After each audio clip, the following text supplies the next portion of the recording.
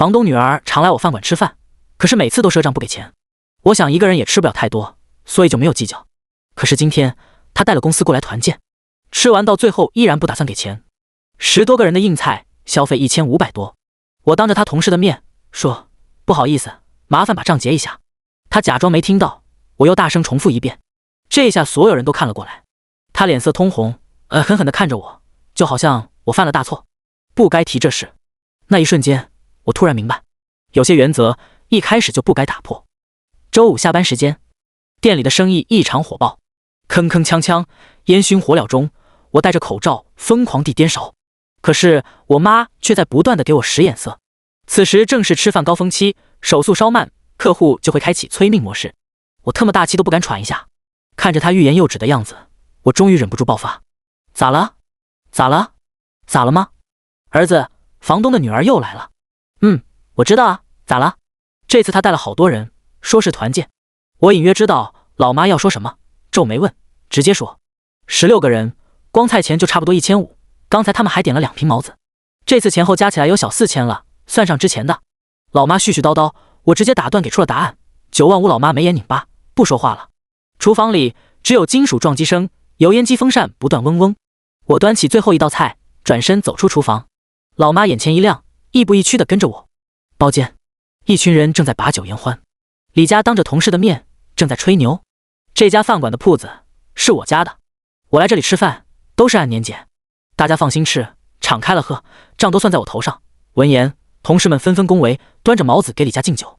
李家举杯回敬，一脸享受。我端着菜走进来，他立马向众人介绍，他是这家店的老板，也是我的本家。老板亲自端菜过来，众人看李家的眼神都不一样了。我笑着说吉利话，他用上位者口吻让我退下，可我却没走。李家回头不悦，还杵在这里干嘛？同事眼里威风十足。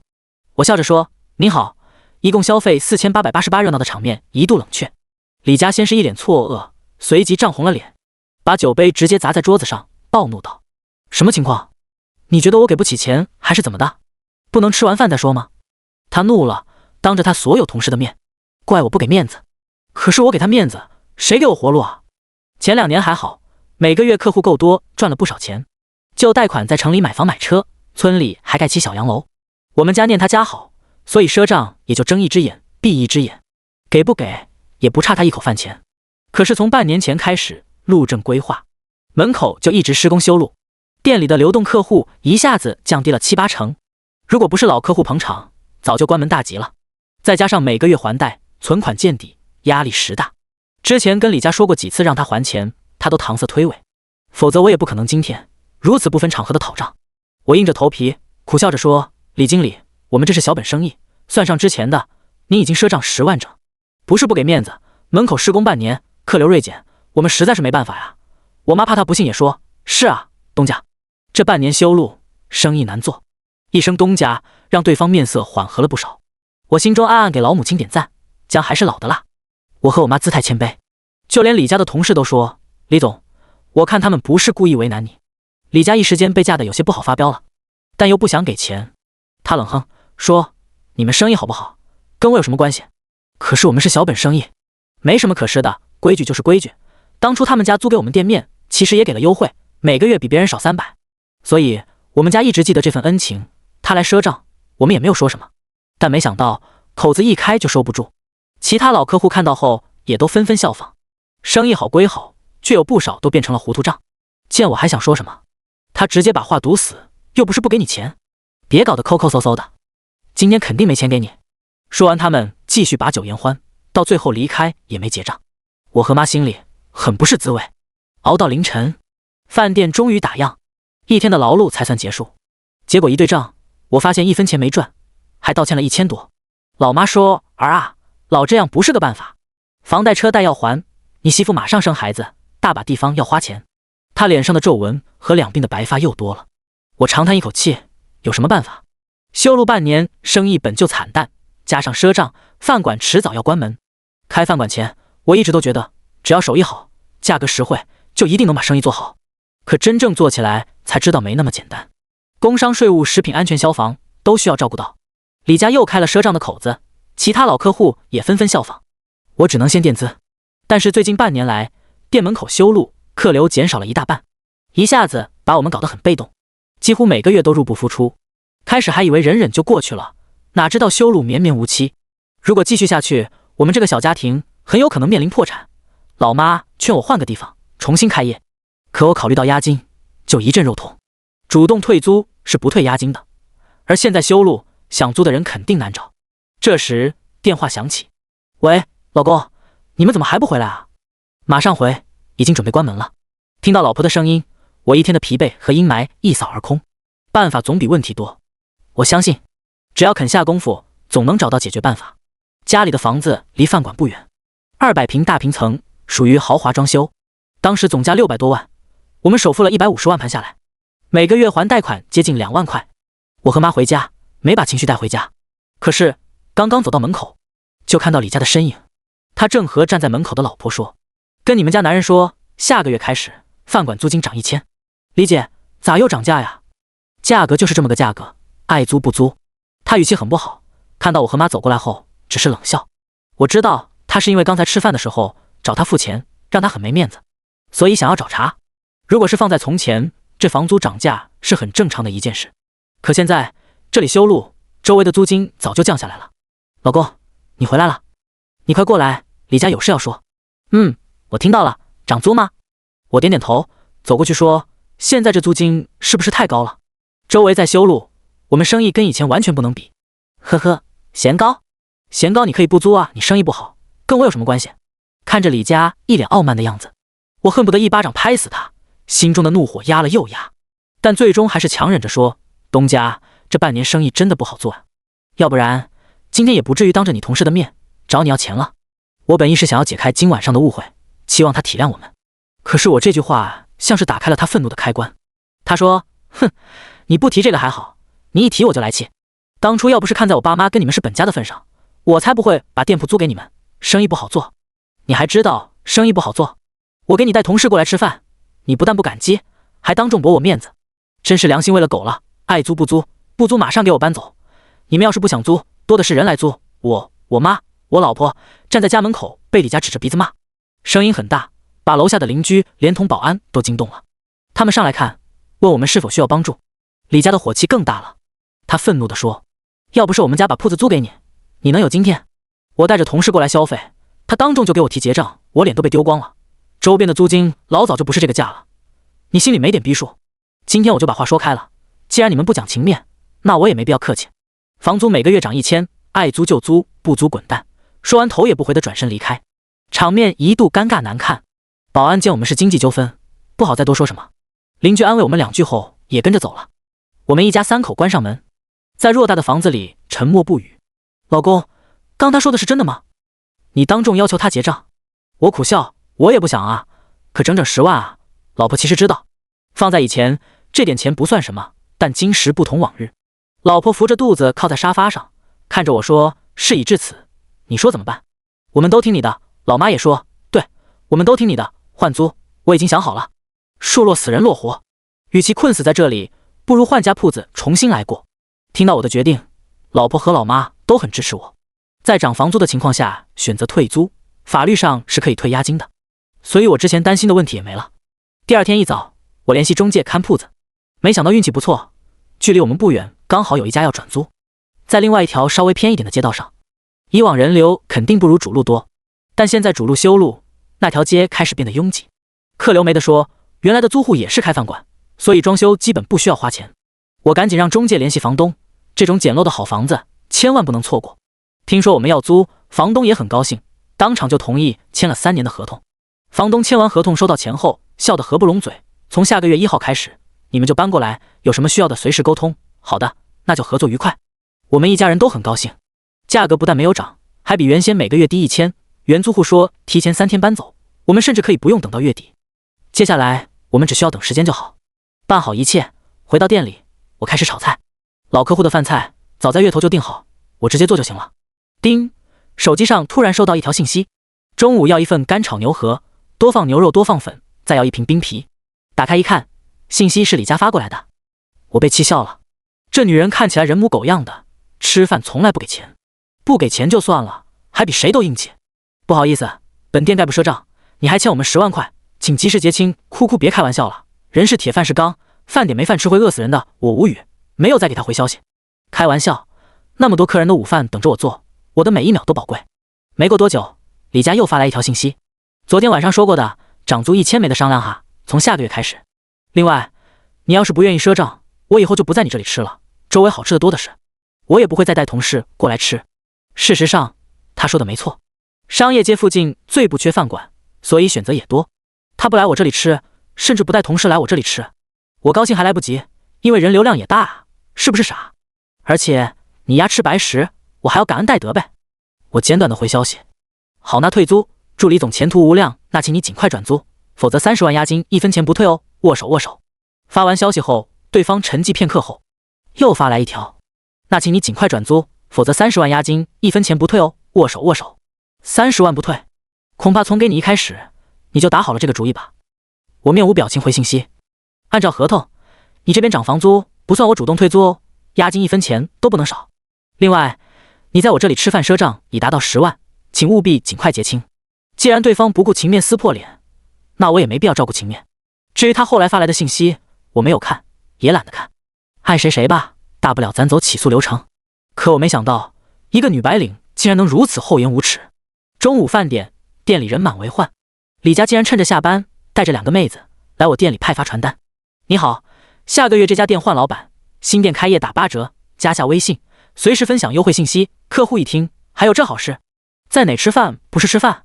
换老板而已，又不是换厨师，又便宜不占王八蛋，当场就加了李佳的微信。我本来在厨房炒菜，不知道这个事，老妈告诉我，气得我不行。李佳，好你个李佳，见过无耻没下限的，但没见过这么无耻的，用脚趾头都能想明白，这传单绝对是早有预谋，否则又怎么可能出现的如此及时？把我当猴耍是吧？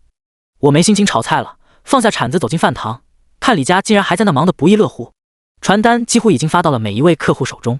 李佳，你还要不要点脸了？我怎么不要脸了？又是发传单，又是加微信，你怕不是早就准备好接受我的饭馆了吧？哎呦，都是本家，什么你的我的，没必要分那么清楚。李佳多少知道自己理亏，说话的底气弱了几分，但还是用本家来道德绑架我。倘若从前，我可能会忍下来，和气生财，但现在我决定发疯，大家都看一看了啊！这是房东，平时吃饭不给钱，看我们生意好，还故意涨房租，就是为了逼走我们。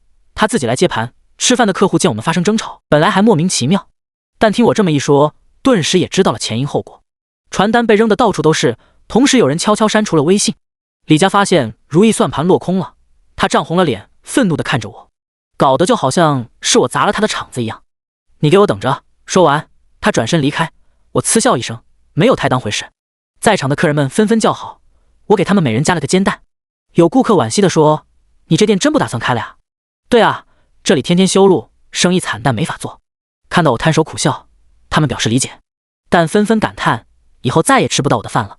人相处久了都有感情，顾客也是，也不是吃不到我新店在后面一条街。你们要是嫌远，可以点外卖，李佳能加微信拉客户，我为什么不能？好些客户纷纷要求扫码，加上我的微信，说以后会继续捧场。午后，本该是休息时间，我跟我妈却没有睡午觉。李佳怕不是看你生意好，早就眼红惦记上了。呵呵，惦记上又怎么样？他还能偷走我厨艺？装修啊，傻儿子，我们花了20万把毛坯装成现在这样，我妈不提醒，我暂时还没想到这一层。如果李佳好说好商量，我或许不会计较，看在本家的份上，送给他也不是不可以。但他早就跟我撕破脸，我肯定不能就这么算了。我拿起手机给他发信息，店里的装修花了20万，也请你结一下，连同押金30万，赊账10万，一起60万。对方很快回复，不好意思，装修是你自己要装的，跟我没关系，押金没有转租不退，握手握手。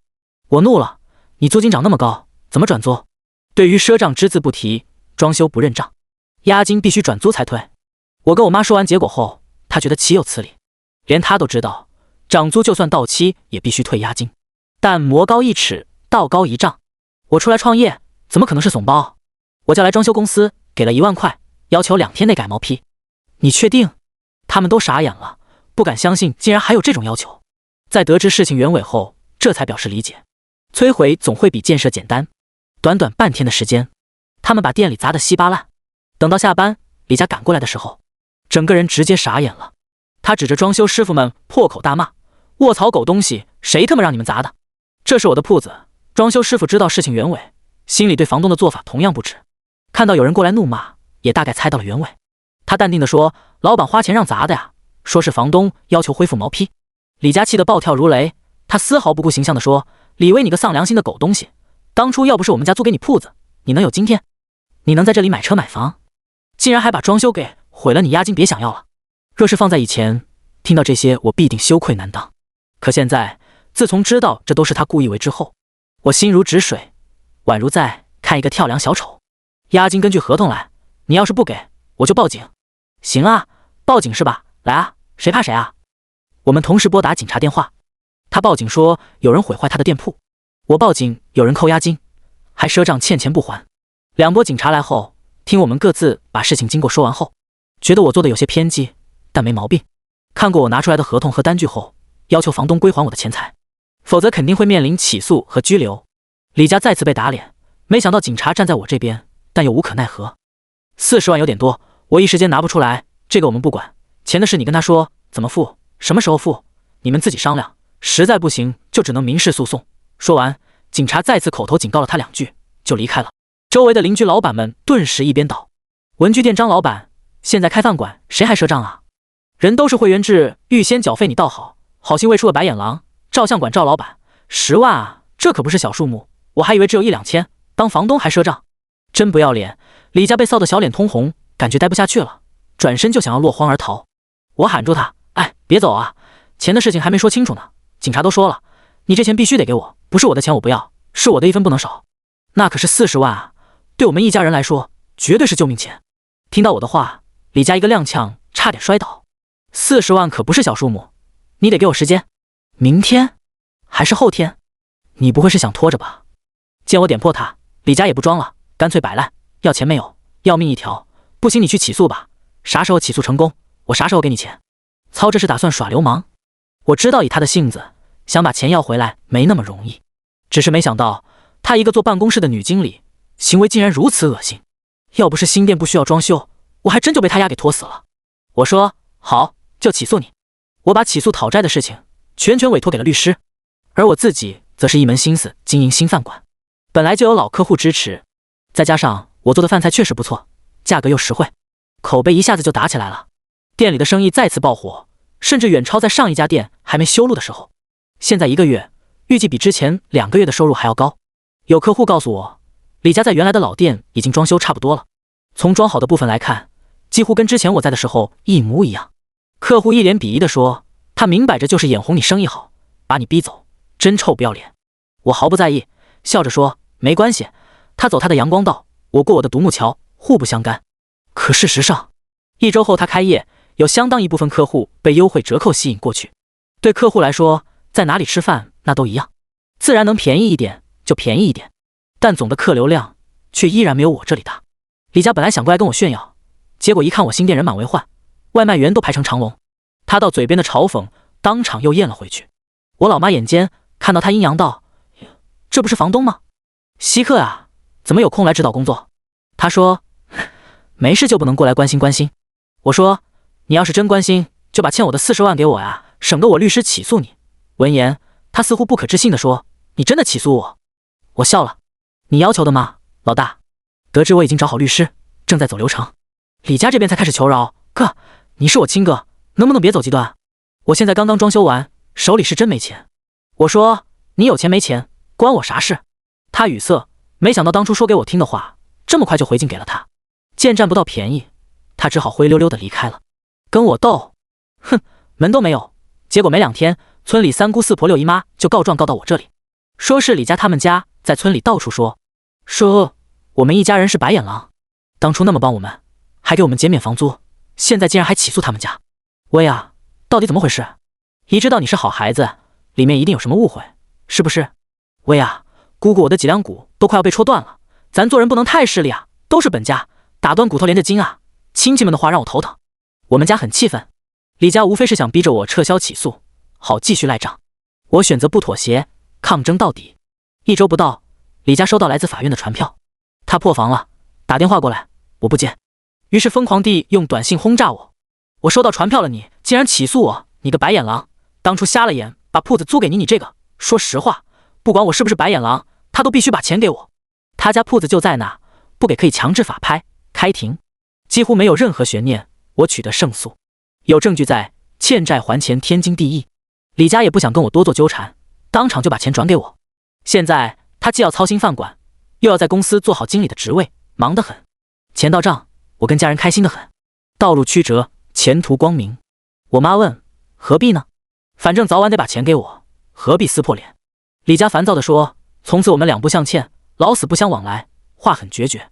我也正有此意，毕竟这年头追款的都是孙子，我不想当孙子了。本以为这事就这么平息了，我继续用心经营饭馆。听客户说，李家的店做饭味道一般，分量还少，优惠折扣一结束，去的客户就变少了。冲着我的口碑，都往我这边来了。客人多，我赚钱就多，自然来者不拒。可是正当我的生意如日中天时，店里突然传来一批执法民警，说是有人检测出我们家的饭菜含有致癌物质。我当场就感觉天塌了，食材是我亲自到菜市场采购，怎么也不可能啊！他们当场就要查封我的饭店，刚刚开业就查封，对我们打击很致命。就算查出来没问题，客户心里多少会有想法。大哥，你们是不是搞错了？有人举报你，为了老百姓的安全，不管搞没搞错，在结果出来之前，你们店不许营业。取样、封店、查封，一套操作下来，原本火爆的新店瞬间冷却，我的心也跟着沉入谷底，满脑子都是房贷车贷、孩子奶粉钱。警察走后，我看着门店抓耳挠腮。李家再次出现，这不是本家吗？咋了？店被人查封了呀？啧，食品安全大于天，可不能什么都往客户嘴里送啊。他的声音故意说得很大，引起不少人好奇的目光。我问了一个很傻的问题，你怎么知道食品安全？操，你他妈的！我当场就失控了，想要揍他。李家好似早有准备，提前保持好距离，一溜烟跑得老远。打人了呀，打人可是要拘留的。我告诉自己要冷静，绝不能着了这贱人的道。我激动地指着他的鼻子说，滚，你给我滚，停业整改。沸腾的事业迅速冷却。我成天窝在家生闷气，心里面已经把李家杀了10000遍。不少老客户给我发信息，啥情况？咋就查封了呀？我没有说是李家举报，只是说过几天就好了。至于具体几天我也不知道。老婆见我不开心，笑着安慰说，不要不开心嘛，好的说不坏，坏的说不好。既然闲下来，那这几天就多陪陪我，顺便休息下。李家不是还给我们40万了吗？撑一段时间应该没什么问题。怎么？难道你不愿意陪我？我当然知道老婆这是在激我。我连忙说，愿意，什么都没有老婆重要。既然饭馆暂时做不成，那我就刚好趁着这段时间给老婆做好吃的。当初正因为我抓住老婆的味蕾，她才同意嫁给我的。老妈看到我们恩爱，见我心情变好，她也开心。对了吗？没有过不去的坎。那个狗日的李家，他这么做事早晚要遭报应。你放心好了。听说这几天李家的饭馆再次火爆，把我嫉妒的不行。正当我在纠结要不要也去举报李家的饭馆时，有客户发私信给我说，李家饭馆的饭菜总感觉不对劲。我皱眉回复，怎么个不对劲法？他说，明明菜很一般，但吃多了感觉会上瘾。我满脸震惊，卧槽，不会吧？如果真是这样，那就只有一种可能，这女人胆子未免也太肥了点。果不其然，几天后竟然客户举报说他们家饭菜里掺了罂粟壳。我勒个老天奶啊！知道你李家抠搜，但不知道你李家这么虎。当即我就想摆一桌席面庆祝，但又觉得不道德。我还想跟我老婆喝一杯交杯酒，但又怕影响她身孕。老婆不是个扫兴的人，她看到我高兴，她也高兴。她笑着说，少喝一点没事的，那就少喝一点，哈哈。可让我万万没想到，饭店里掺入罂粟壳，按照法律法规只罚款3000以下，15日内拘留。倒不是我诚心想看她笑话，只是这刷新了我对餐饮行业处罚力度的认知。没几天，我们店的食品安全检测结果出来了，没问题。可我却开心不起来，因为再次开始营业，我发现客户明显要比之前减少超过1半，这意味着我们的收入也会跟着锐减。我妈气愤地说，都怪这个李家，认识他真是倒了8辈子，血没了，老娘砍死他。我本来也气得不行，但我劝老妈别生气，真要为了这种垃圾赔上性命不值得。说的也是，现在埋怨解决不了问题，你打算怎么办？老妈一秒平和，让我多少有些猝不及防，所以我决定在门口主动贴个告示，食材新鲜美味，如有任何伪劣，欢迎举报，假意赔食。同时在门口还树立了一个电视屏幕，把厨房内的场景360度无死角，用摄像头播放。儿啊，你贴宣传我理解，可放监控干嘛呀？这样不是一点隐私都没有了吗？我老妈很不理解，花钱费力不讨好。我琢磨，最近连连爆出食品安全问题，好多人都尽量不在外面吃饭了。如果我要是反其道横之，岂不是点在了大家的心头上？我没有过多解释，笑着说道：“妈，你就放心吧，这么做肯定有好处。”老妈说好，无论我做什么决定，她都是我坚强的后盾。可很快我就笑不出来了。我知道客户多少会增加一些，但没想到会增加这么多。一到饭点，店门口就开始排队，长长的队伍足足将近有1公里。儿啊，客户又催单了，我知道，我铲子都会冒烟了。他说要是再不快点，就投诉咱们，投诉我也只能这么快了，我能怎么办？锅铲都快要灰冒烟了，爱咋咋地吧，我只能安慰自己，钱是赚不完的，多大金刚钻，揽多大瓷器活。好在中午的高峰期就2小时，不然我真要被干死在灶台上了。刚刚歇下来，李家竟然提着礼品盒过来了。我本来气若游丝，看到他过来，再次进入战斗状态。我戒备沉声说：“你来干嘛？”我妈也是一个劲的拿扫帚，故意在他面前扫地。李家被迫连连后退，但却并没有生气。他陪着笑脸：“都是本家，搞这么生分干嘛？本家？当初逼我们走的时候怎么不说本家？当初欠我们钱不还的时候怎么不说本家？都上法院打官司了，你现在跟我提本家？”我说：“啊呸，恶心！我以为这么说，只要是个要脸的人，肯定会灰溜溜的离开了。哪里知道，李家竟然当街给我们跪下了。我勒个骚刚啊！不知道的还以为我们家欺负了他。现在虽然过了人流高峰，但还是有不少人围了过来。大家对着我们指指点点，大致意思是我们欺负小姑娘。我强忍着怒气问：你到底想干嘛？李家哭着说：我工作没了，饭馆赔了好多钱。我无语了，这跟我有啥关系？不过他这么一说，路人也迷茫了。是啊，跟老板有啥关系啊？他说：我就想跟你学习厨艺，以后自己开饭馆。众人这才恍然大悟，原来不是受欺负，是来拜师学艺啊。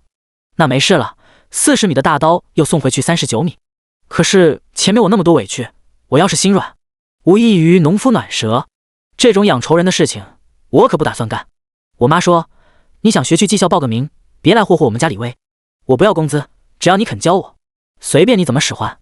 李家一口咬定了要跟我学，可我一朝被蛇咬，10年怕井绳。